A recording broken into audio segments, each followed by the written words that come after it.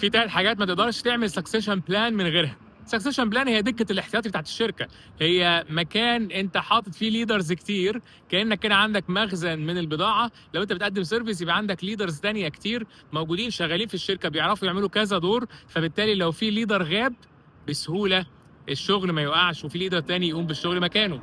السكسيشن بلان ديت عشان تتبني مبنيه على 3 حاجات بسيطه. اول حاجه الرؤيه بتاعتك، انت رايح بالشركه على فين؟ خلال سنه عايز توصل لايه؟ على اساس كده تعرف تختار الليدرز. تاني حاجه الكرايتيريا، الصفات اللي موجوده في كل ليدر. الليدرز دول لازم تختارهم بعنايه لان هم يقدروا يعملوا كذا دور وهيتدربوا على حاجات كتير عشان يبقوا جاهزين في اي وقت للسكسيشن بلان. فايه الصفات اللي انت هتختارها؟ لازم تعمل لسته بالصفات ديت.